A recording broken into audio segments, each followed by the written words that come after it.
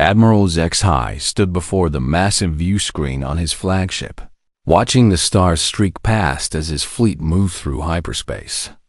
Behind him, 2,000 warships followed in perfect formation, the largest invasion force the Corvani hegemony had ever assembled. Today would be a good day for conquest. The bridge crew worked quietly at their stations. No one dared disturb the admiral when he was thinking about victory. HFY's forearms crossed behind his back as he studied the tactical display. The human colony worlds of the Terran frontier lay ahead. 12 planets with a combined population of 800 million humans. Soon, they would all bow to Corvani rule. "Sir," called Lieutenant Vex from the communication station, "we are receiving the final intelligence reports from our scouts." HFY turned his massive frame toward the young officer. His scaled face showed no emotion, but inside he felt excited. "Read the report. The human fleet consists of 150 ships total. Their largest vessel is half the size of our smallest destroyer. They have no allies in the region. Our victory is certain. Perfect. The humans would break like glass against Corvani steel." HFY had conquered 47 worlds in his career. He had never lost a single battle. The humans would be number 40-8.3 star systems away. Captain Sarah Chung sat in her command chair aboard the Earth defense ship Resilient. The bridge around her buzzed with quiet activity. Her officers knew their jobs well. They had been preparing for this day for months. "Ma'am," said Commander Torres from his position at the tactical station. Long-range sensors confirmed the Corvani fleet size. 2,000 ships, just as intelligence predicted. Sarah nodded calmly. The odds were terrible. 13 enemy ships for every human vessel. Any normal military commander would be ordering evacuation right now. But Sarah Chen was not normal. She had studied at the Earth Military Academy, where they taught lessons the aliens had never learned. "Begin Protocol Phantom," she ordered. The bridge crew moved with practiced precision. Protocol Phantom was the most classified operation in human military history. Only the senior officers knew what it really meant. The rest of the crew just followed orders and trusted their commanders. "All ships are acknowledging the protocol activation," reported Lieutenant Kim from communications. Phase 1 is beginning across the entire fleet. On her personal display, Sarah watched as her fleet began to scatter. To outside observers, it would look like panic. Human ships breaking formation and running in random directions. Some ships sent out distress signals. Others broadcast evacuation orders. The whole human fleet appeared to be falling apart in fear. But Sarah knew better. Every ship was moving to precise coordinates. Every panic message was carefully written beforehand. Every apparent mistake was planned months ago by the best military minds Earth had ever produced. The Corvani had never fought humans before. They thought they understood warfare. They believed in overwhelming force, direct attacks, and simple tactics. They had conquered dozens of species using the same methods every time. The aliens had no idea what they were about to face. Sarah's communication officer received a message from the other human fleet commanders. Admiral Park from the heavy cruiser Thunder Bay, Admiral Rodriguez from the destroyer group, Wolfpack, Admiral Zhang from the stealth frigates. All reported ready for the next phase. "The pieces are moving into position," Sarah said to her first officer, Commander Torres. "Now we wait for them to take the bait." Meanwhile, across the galaxy, other species watched the approaching battle with interest. In the crystal halls of the vegan collective, diplomats placed bets on how long the humans would last. The smart money said 6 hours. The optimists gave them 2 days. On the trade world of Nexus Station, arms dealers prepared to buy salvage rights from the Corvani fleet. Human technology was primitive, but some components might be useful. The dealers expected good prices for scrap metal in the academic towers of the Ashanti Union. Military historians prepared to write another chapter about Corvani victories. The humans would be footnoted in galactic military history. Another species that learned too late that the galaxy belonged to the strong, but in the secure communication rooms of Earth's government, a different conversation was taking place. The Secretary of Defense spoke with the President about humanity's real capabilities. "Are you certain about this plan?" the President asked. "The risks are enormous." "Ma'am, we've run the simulations thousands of times," the Secretary replied. "The Corvani are powerful, but they're predictable. They follow patterns. They think like conquerors, not like survivors. That's their weakness." The President looked at the star charts showing human colony worlds. So many lives depended on this plan working. "And if we're wrong? Then we fight anyway. Humans don't surrender easy, ma'am. The Corvani are about to learn that." Back on the Corvani flagship, Admiral HFY reviewed the intercepted human communications. Panic, fear, confusion. Everything he expected from an inferior species facing superior force. The humans were already broken, and the battle hadn't even started. "How long until we reach the first human world?" he asked. 16 hours, sir," replied the navigation officer. HFY allowed himself a small smile. 16 hours until another glorious victory. His name would be remembered in Corvani history as the conqueror who brought the human worlds into the hegemony. But the Admiral didn't know about the lessons humans learned in their long, bloody history. He had never heard of Sun Tzu, who wrote that the best victory was won without fighting.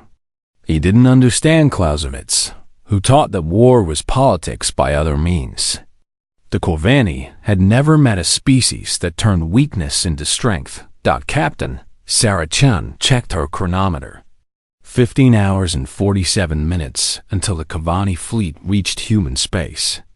Plenty of time for the next phase of Protocol Phantom to begin. "Send the signal to all ships," she ordered. "Begin Phase 2. Let them think they're hunting us while we study them." The human fleet disappeared into the darkness between stars, leaving only ghost signals and false trails.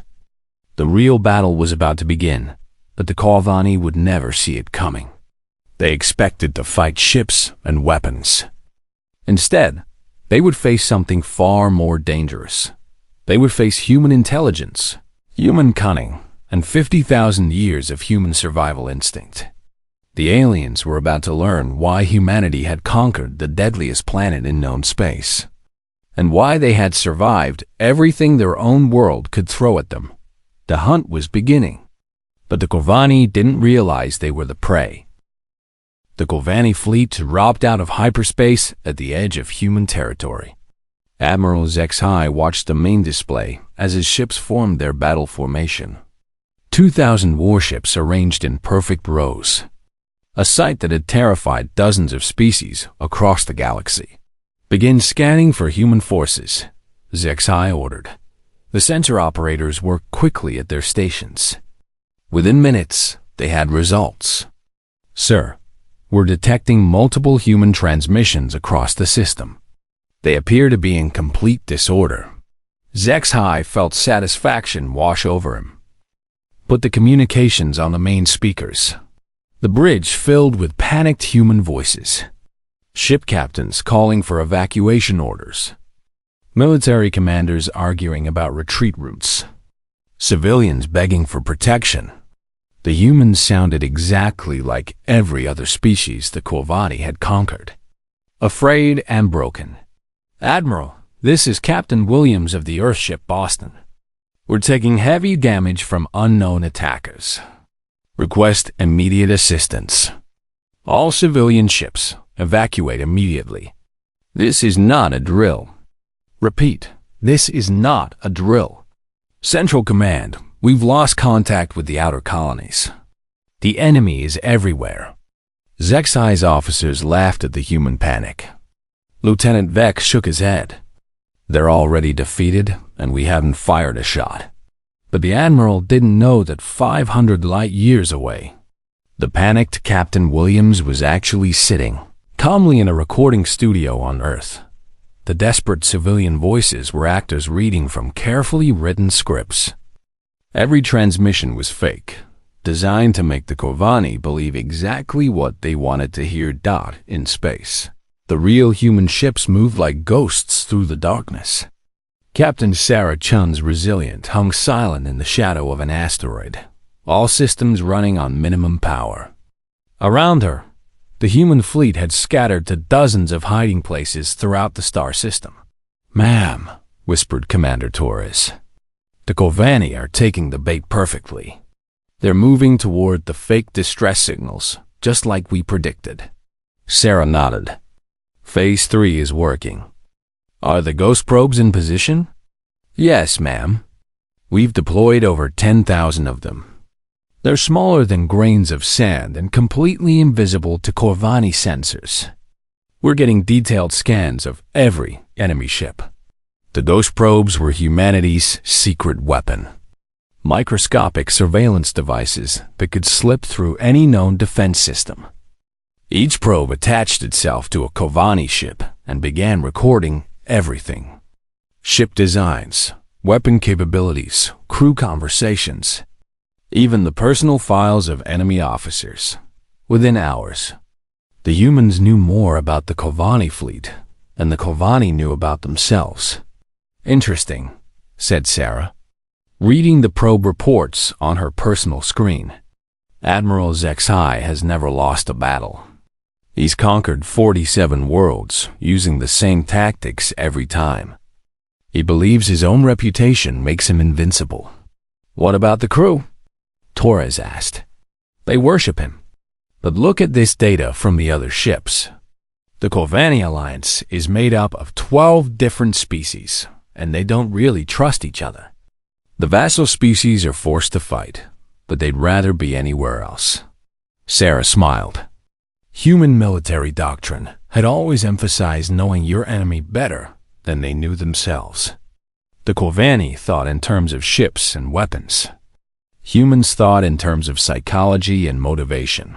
On the Corvani flagship, Admiral Zexai studied the tactical display. His scouts reported finding several groups of fleeing human ships, but every time they moved to attack, the humans disappeared. It was frustrating, but not unexpected. Weak species often tried to run instead of fighting with honor. "Sir," reported the communications officer, "we're intercepting more human transmissions. Some of their ships are trying to surrender." "Put it on speakers," Zexai ordered. "This is Captain Johnson of the merchant vessel New Hope. We surrender. Please don't destroy us. We have families aboard. Corvani Fleet, this is Admiral Mitchell of the Human Defense Force. We cannot match your strength. We're prepared to discuss terms for our surrender." Zexai felt even more satisfied. The humans were breaking faster than expected. Ignore the surrender offers for now. Let them suffer a little longer. Fear makes the final victory sweeter. But Captain Johnson and Admiral Mitchell didn't exist. The surrender offers were more fake transmissions, designed to make the Corvani overconfident. While the aliens celebrated their easy victory, human technicians worked around the clock to analyze the data from the ghost probes. "Ma'am," Lieutenant Kim reported to Captain Chun, "we've identified the command structure of the entire enemy fleet. Admiral Zexai commands from the flagship Dominator. He has 12 species commanders under him, but 3 of them hate each other because of ancient territorial disputes." "Perfect," Sarah said.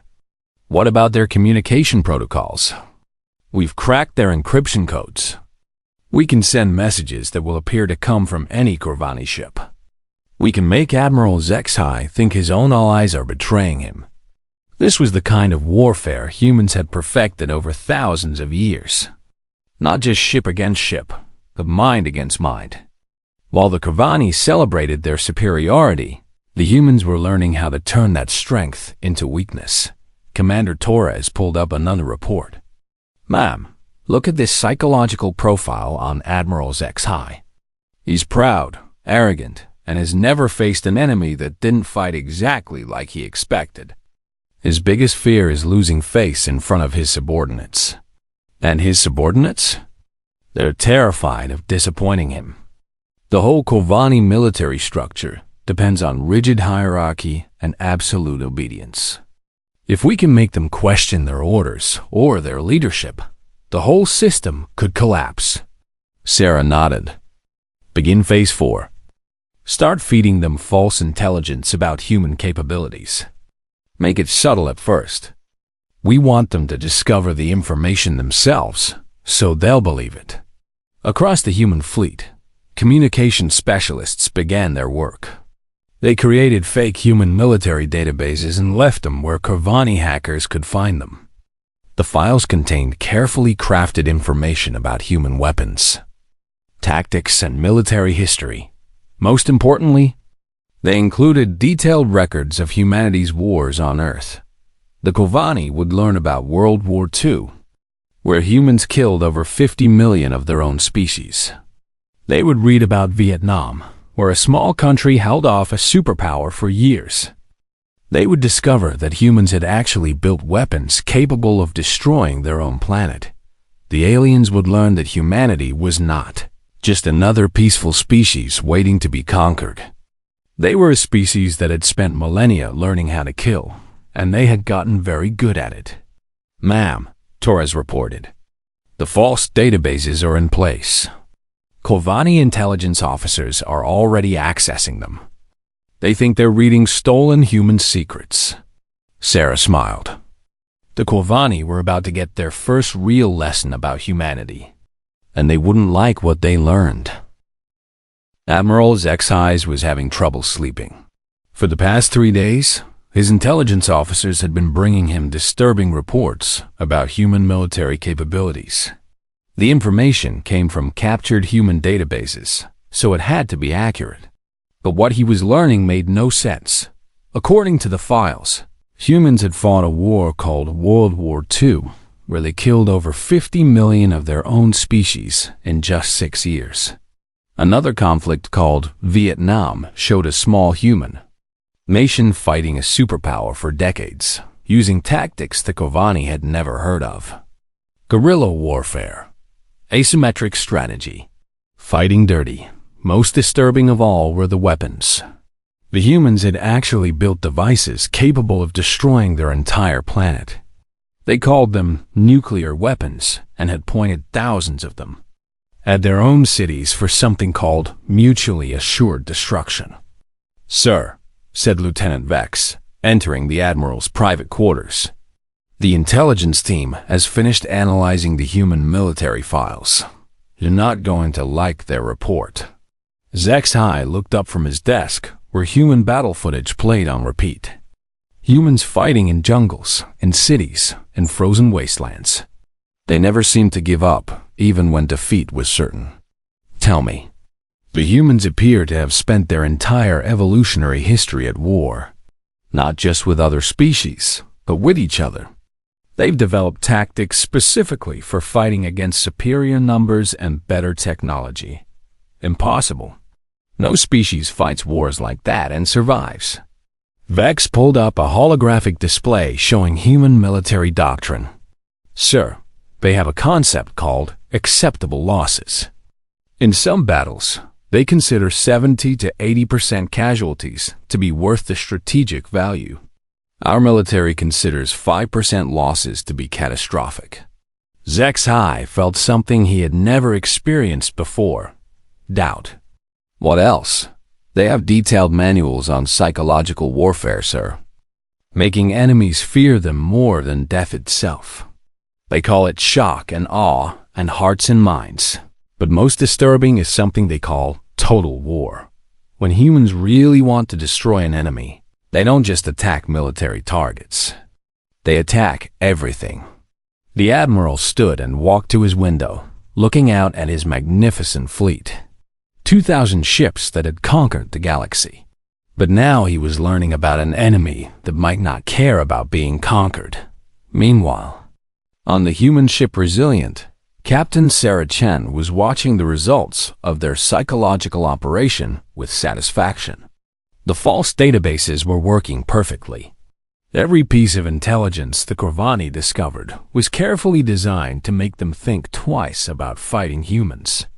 "Ma'am," reported Commander Torres, "our probes are detecting increased stress levels throughout the Corvani fleet. Officers are requesting transfers.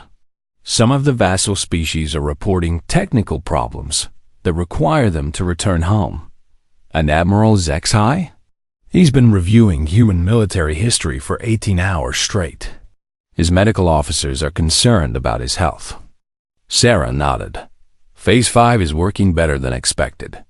What about the fake communications between Corvani species?"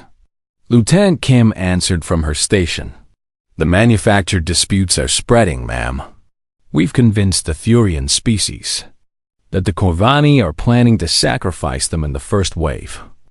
The Corvani think the Thurians are planning to retreat without orders. Both groups are watching each other instead of looking for us." This was exactly what human military strategists had hoped for. The Corvani alliance was strong when all 12 species worked together. But humans had studied their history and found the cracks. Ancient territorial disputes, species that had been conquered and forced to serve, jealousies between commanders. "Ma'am," Torres continued, "the Corvani are also trying to understand our fleet movements. They keep finding our ships in impossible locations, then losing them again. It's making them paranoid." Sarah smiled. The human ships weren't actually disappearing.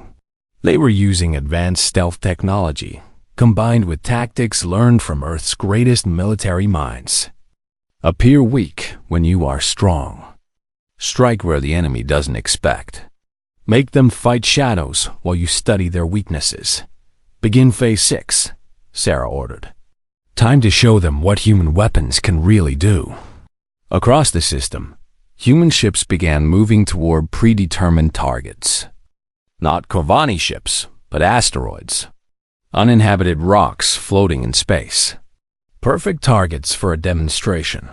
On the Corvani flagship, sensors detected the human ships breaking stealth. Admiral HFY rushed to the bridge, expecting finally to see the enemy fleet in battle formation. Instead, he watched in horror as human weapons turned 3 large asteroids into glowing dust. "Analysis," he demanded. "Sir," the weapons officer said in a shaking voice. "Those asteroids were each over 2 kilometers wide. The humans destroyed them completely in under 30 seconds. The energy readings suggest kinetic weapons of incredible power." "Kinetic weapons?" "They're not using energy beams or plasma charges, sir. They're throwing objects at incredible speeds. The impact force is enormous." HFY stared at the tactical display where the asteroids used to be. His species used sophisticated energy weapons that could disable enemy ships while keeping them mostly intact for capture. The humans were using weapons designed to completely destroy their targets. "Sir," the communications officer interrupted. "We're receiving a transmission from the human fleet." "Put it on screen." Captain Sarah Chun appeared on the display, sitting calmly in her command chair. Behind her, human officers worked at their stations with quiet efficiency. "Admiral HFY," Sarah said in perfect Corvani. "I am Captain Chung of the Terran Defense Force. You have just witnessed what we do to rocks. I'm sure you can imagine what we do to enemies." HFY felt his blood turn cold. The humans spoke his language perfectly, which meant they had been studying Corvani culture for years. And her calm tone suggested she wasn't afraid of his fleet at all. "We know about your 47 victories," Sarah continued. "We've studied your tactics, your strategies, your methods. We know you prefer to capture ships intact and force species to surrender quickly. That's not how humans fight, Admiral." The transmission showed human ships moving through space with deadly precision.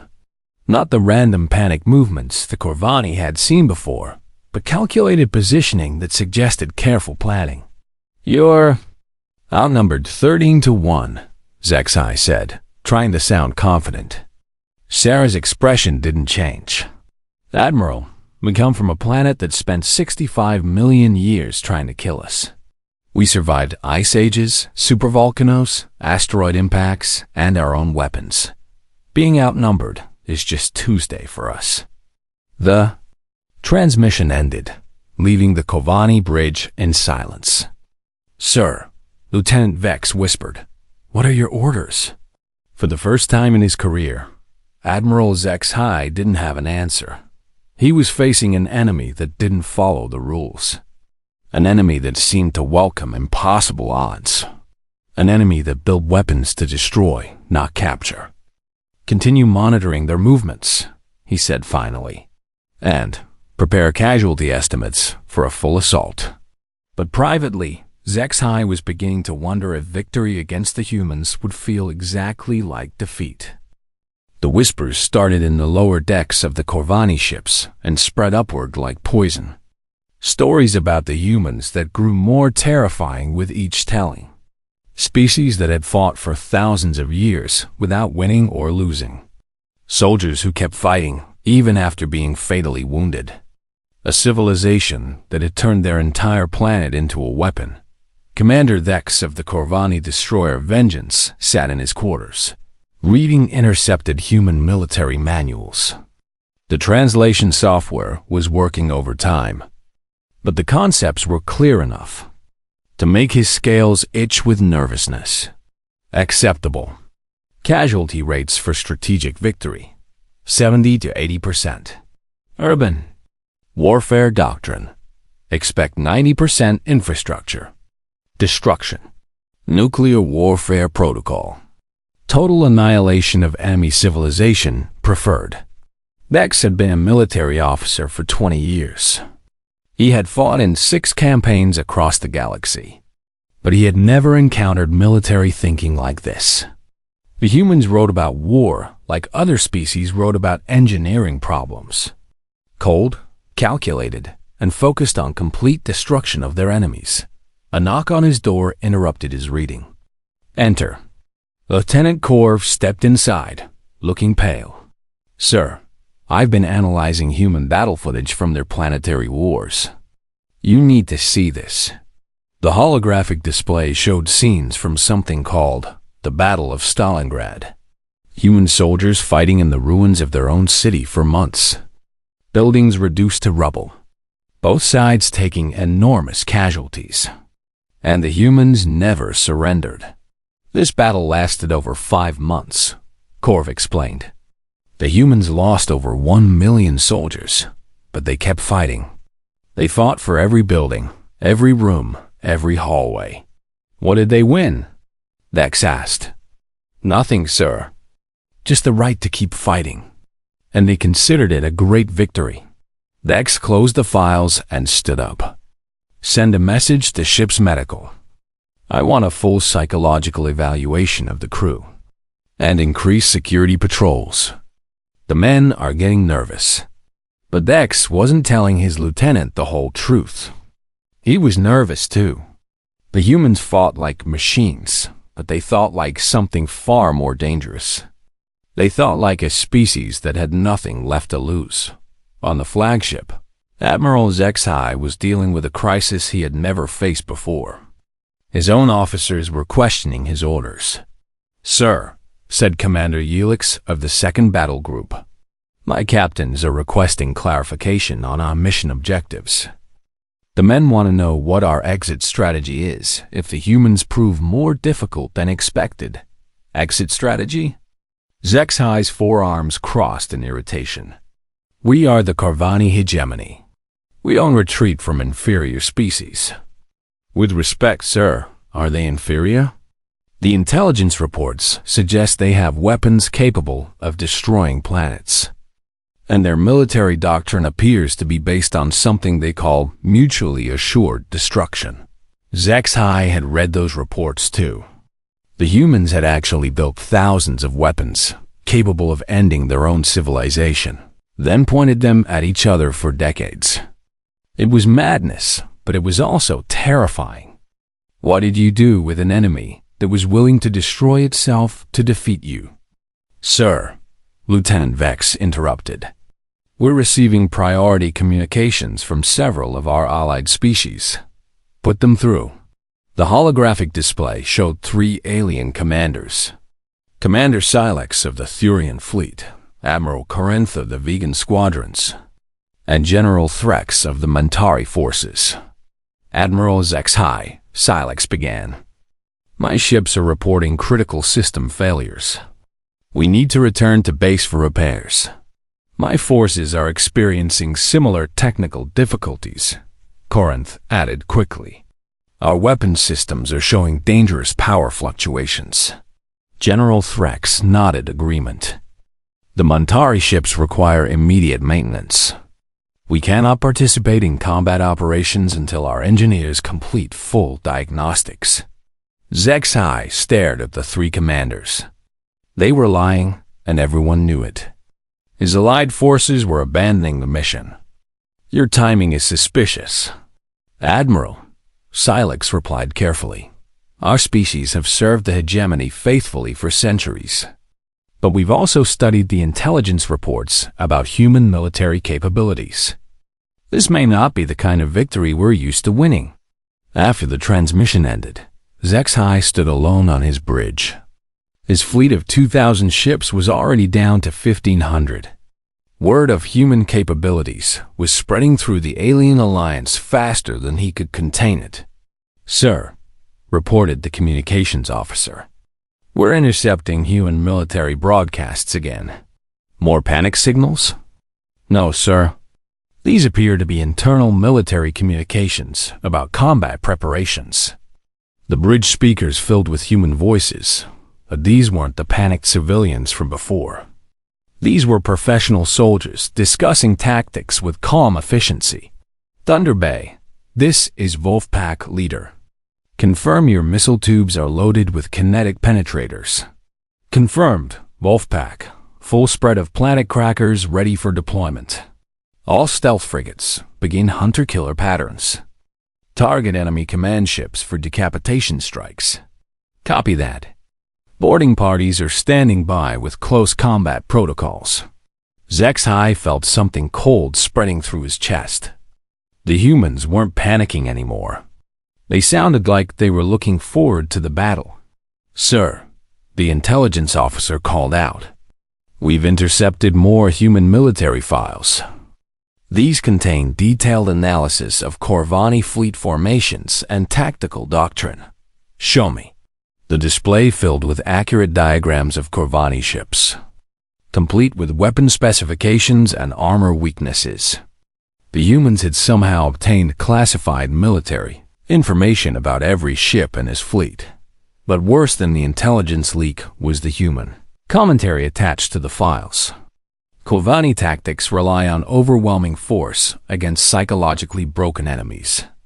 Recommend targeting command structure to trigger cascade leadership failure. Enemy alliance composed of unwilling vassal species. Exploit historical grievances to fragment fleet unity. Corvani military doctrine emphasizes honor and direct confrontation. Use asymmetric warfare to negate numerical advantage. Admiral, Lieutenant Vex said quietly, they've been studying us the whole time. Everything we thought we knew about this mission was exactly what they wanted us to think. HFY finished. On his personal display, HFY read the final human intelligence assessment. Corvani fleet represents typical expansion-era military thinking, focused on conquest rather than survival warfare. Recommends psychological destabilization followed by tactical demonstration of superior lethality.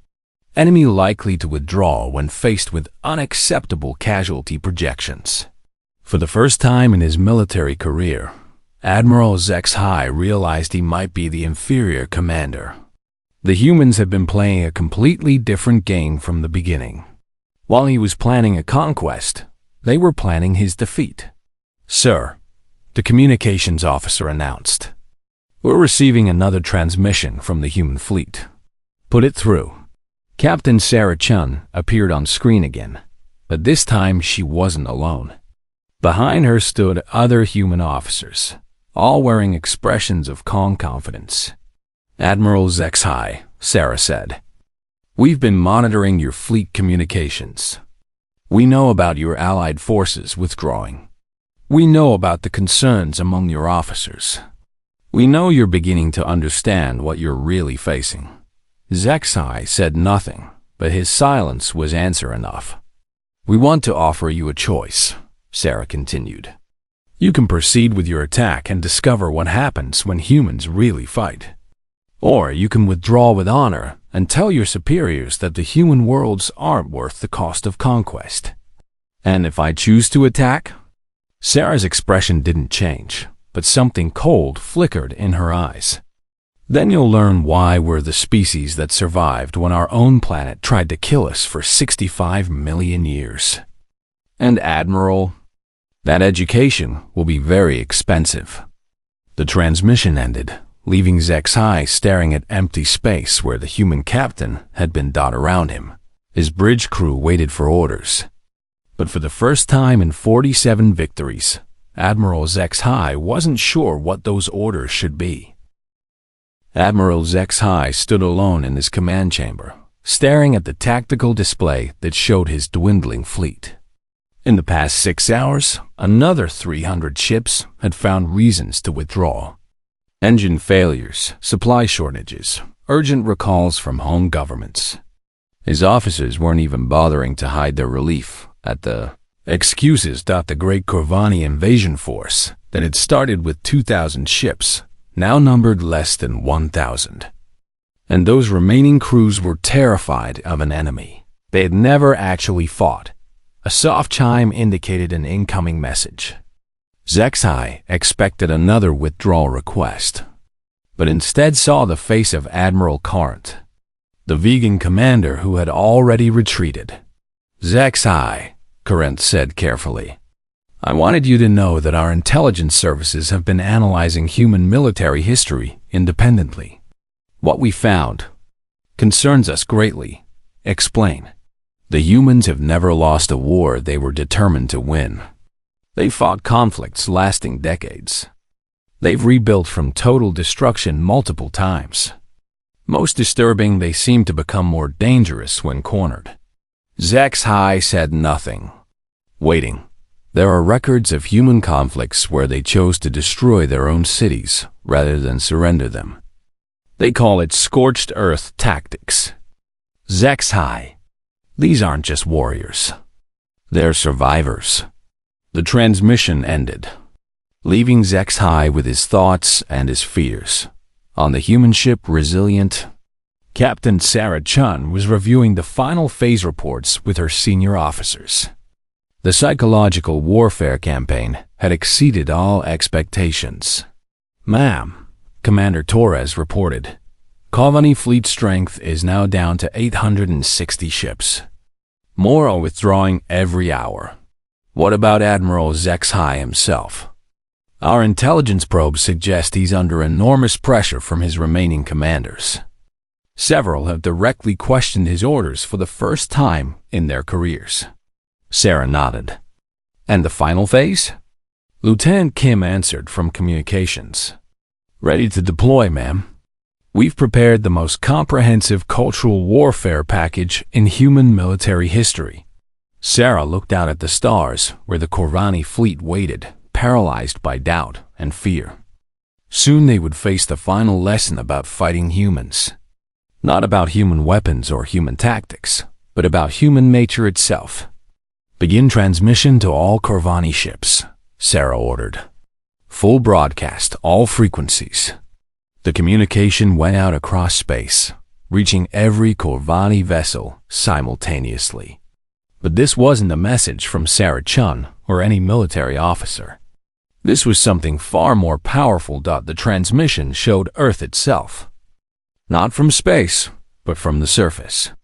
Humans living their daily lives in cities built on the ruins of older cities. Children playing in parks where ancient battlefields once existed. Families having dinner in homes constructed from materials recycled after wars. A narrator spoke in perfect Corvani. "This is Earth. The human homeworld. Every city you see has been destroyed and rebuilt at least once. Every family you see has ancestors who survived wars, plagues, natural disasters, and the collapse of civilizations. The footage showed human archaeological sites, layers of history stacked on top of each other. Stone Age settlements, Bronze Age cities, industrial complexes, all buried beneath modern human civilization. Humans have been fighting for survival for 3 million years. They have faced extinction events, ice ages, supervolcanoes, and asteroid impacts. They have survived everything their planet could do to kill them. And they have survived everything they could do to kill each other. The transmission switched to scenes from human schools, where children learned about their history. Wars, disasters, and destruction, taught not as tragedies, but as lessons about persistence and adaptation. When humans fight, they don't fight for conquest. They fight for survival. And they have never stopped fighting for 3 million years. On the Corvani flagship, Admiral HFY watched the transmission with growing horror. The humans weren't just another species with military technology. They were a species that had evolved to survive anything. The final part of the transmission was the most terrifying. It showed human deep space installations, weapon platforms hidden throughout their solar system, defense networks that could turn their entire star system into a kill zone. Admiral HFY, the narrator continued, "You are facing a species that has spent its entire evolutionary history preparing for this moment. We have planned for invasion, conquest, and extinction. We have contingencies for every possible threat, including threats we haven't met yet." The transmission ended with a simple statement. "We offer you one choice. Leave with honor, or stay and discover why we're still alive when everything else on our planet died." The bridge of the Corvani flagship fell silent. Around HFY, his officers stared at the display showing human defensive positions. Weapons pointed not just at the Corvani fleet, but at space itself. "Sir," Lieutenant Vex said quietly, requesting permission to speak freely. HFY nodded, not trusting his voice. "Sir, I've served with you for 10 years. I followed you through 40 battles.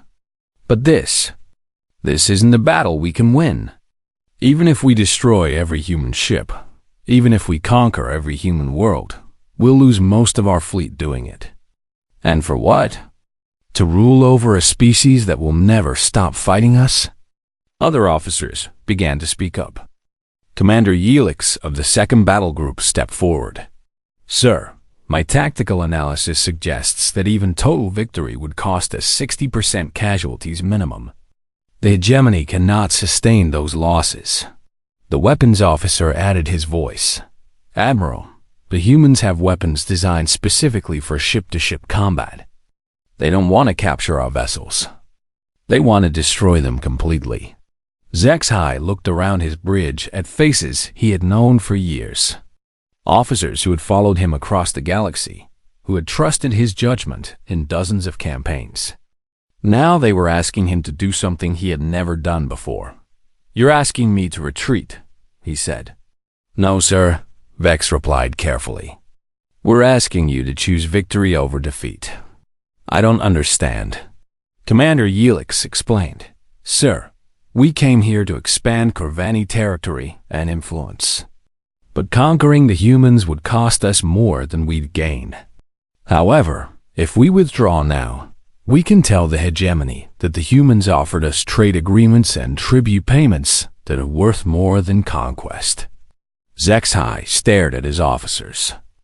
They were offering him a way to turn retreat into victory, to save face while avoiding a battle that would devastate his fleet. "And the humans will agree to this?" "They already have, sir." Captain Chun transmitted the offer an hour ago. Trade rights, technology sharing, and what they call mutual defense agreements. We leave human space alone, and they become our allies instead of our enemies. For 47 campaigns, Admiral HFY had believed that victory meant conquest. Now he was learning that sometimes victory meant knowing when not to fight. "Send a message to Captain Chun," he ordered finally. "Tell her the Corvani hegemony accepts her terms." As his fleet began to turn away from human space, Zexai received one final transmission from the human captain. "Admiral," Sarah Chun said, "you've made a wise choice. In human culture, we have a saying, the greatest victory is one achieved without fighting. Today, you've won the most important battle of your career by choosing not to fight it." Later, as the Corvani fleet jumped to hyperspace, Zexai sat in his quarters writing his report to the Hegemony Council. How to explain that he had encountered a species too dangerous to conquer, too valuable to destroy, and too intelligent to underestimate. In the end, he wrote simply, "The humans are not like other species. They do not fight to conquer. They fight to survive. And they have been fighting for 3 million years. Recommendation: ally with them immediately." Across the galaxy, word spread quickly about the encounter. Other species that had planned to test human defenses quietly canceled their missions. The reputation of human military capabilities grew with each telling of the story. But on Earth, in the quiet offices of the Defense Department, Sarah Chun filed her own report. Mission accomplished. Enemy fleet withdrawn without casualties on either side. Human space remained secure through superior strategy and psychological warfare. The greatest battle in human history had been won without firing a shot. And that, Sarah thought, was the most human victory of all. In the vast darkness of space, the human fleet maintained its silent watch, ready for the next challenge, the next threat, the next test of human survival. Because that's what humans did. They survived, they adapted, and they never stopped preparing for whatever came next. The galaxy was learning that humanity's greatest weapon wasn't their technology, or their ships, or their tactics. It was their refusal to ever give up, no matter the odds.